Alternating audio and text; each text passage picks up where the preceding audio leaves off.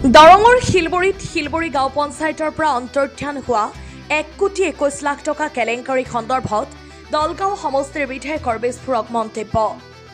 দলগাঁও সমষ্টিৰ LDFৰ বিধায়ক উদ্বিগ্ন হৈ আছে 1,21 লাখ হজম কৰাজনক কৰায়ত্ব কৰিবলৈ। অসংগতিৰ ক্ষেত্ৰত বিধায়কৰ এক প্ৰকাৰ আজব মন্তব্যই ৰাইজৰ মাজত কি প্ৰতিক্ৰিয়াৰ সৃষ্টি হয় সময়ে নিশ্চয় উত্তৰ দিব। অভিযুক্ত নিলম্বিত সচিবগৰাকীৰ খবৰ কোনোবাই জানে যদি অৱগত কৰি দিবলৈ মন্তব্য কৰে বিধায়ক মজিবুৰ ৰহমানে।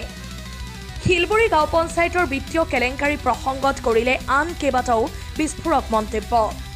শিলবৰীৰ কপাটি গাঁৱৰ প্ৰায় ৪৬ লাখ টকীয়া এটি পথৰ ফলক উন্মোচন কৰি সাংবাদিকৰ মুখামুখি প্ৰশ্নৰ উত্তৰ এনেকৈ দিলে।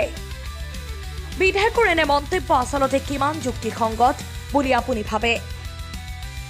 ভাৰত স্বাধীনৰ ৭৫ বৰ্ষ অতিক্ৰম কৰাৰ পিছতো নজিৰবিহীন শিলবৰী গাঁও পঞ্চায়তৰ সৰ্ববৃহৎ বিত্তীয় কেলেংকাৰী সৃষ্টি কৰা এগৰাকী সচিব আছাদুজ্জামান পলাতক থাকি থাকি আইনৰ সুৰুঙাই দি ওলাই আহিবলৈ প্ৰস্তুতি চলাই গৈছে নেকি?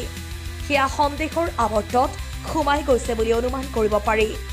কিয়নো বৃহৎ কেলেংকাৰীত অভিযুক্ত হোৱা এজন ব্যক্তিক আজিৰ দিনটোত পুলিচে কৰায়ত্ব কৰিব নোৱাৰা বিষয়টো অতি সন্দেহৰ আৱদ্ধত সোমাই গৈছে নেকি? এই আগন্তুক সময়ত স্পষ্ট হৈ যাব। অকল সচিবগৰাকী জড়িত নাছিল এই কেলেংকাৰীত, সমানে উচ্চাৰিত হৈছিল সেই সময়ৰ শিলবৰী গাঁও পঞ্চায়তৰ কৰ সংগ্ৰাহক ফুৰকান আলী আৰু সময়ত খণ্ড উন্নয়ন বিষয়া ৰূপামণি বৰাৰ নামো। কিন্তু বৰ্তমান সময়ত বিষয়টো অতীত যেন লাগিছে। অৱশ্যে বিভাগীয়ভাৱেও আৰক্ষীৰ তদন্তত আত্মসাৎ কৰা চৰকাৰী ধন উভতাই আনিবলৈ কি পদক্ষেপ গ্ৰহণ কৰি আছে সেয়া লক্ষণীয় হ'ব। নিউজ ডেস্ক ৰিপৰ্ট বি সংবাদ।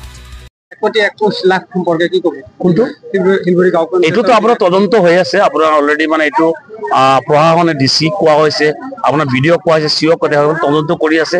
এতিয়া পলাতক অৱস্থা তেখেতৰ বিৰুদ্ধে কেছ এটা হেৰি হৈছে, ৰুজু হৈছে আৰু টকা কেনেকৈ উদ্ধাৰ কৰা যায়, উদ্ধাৰ কৰাৰ কাৰণে গভৰ্ণমেণ্টে যিটো কৰিবলৈ ফৰ্মুলা তৈয়াৰ কৰি আছে। আৰু মই এইটোত মানে পুৰা উদ্বিগ্ন যে কেনেবাকৈ তেখেতক যদি কোনোবা আনি দিব পাৰে, ক'ৰবাত ক'ত পলাই আছে, মানে তেখেতৰ মোবাইল নাম্বাৰটো বৰ্তমান অফ কৰি ৰাখিছে।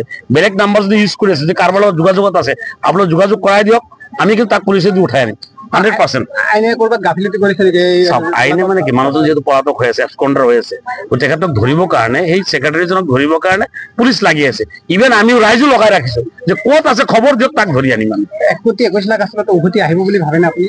চাওক, এইটোতো আইনী প্ৰক্ৰিয়াত যাব আৰু এতিয়াতো ডাঙৰ এটা ক্ৰাইম হৈছে, ডাঙৰ কৰাপশ্যন হৈছে। তো তেখেতে যে এইটো কাম কৰিব, এইটো এটা আচৰিত কথা। তেখেতে নিজৰে ঘৰ মানে শিলবৰী যিটো অন্তৰ্গত পৰিছে, এতিয়া আপোনাৰ ৰঙাগড়া জিপিত পৰিছে, গিলাজাৰীৰ ঘৰ। গতিকে লোকেল ল'ৰা হিচাপে ইমানখিনি কৰিব নালাগিছিল। ইমান ডাঙৰ এটা অপৰাধ কৰিছে, গতিকে আইনেতো এইটো 100% মানে শাস্তি দিব লাগে।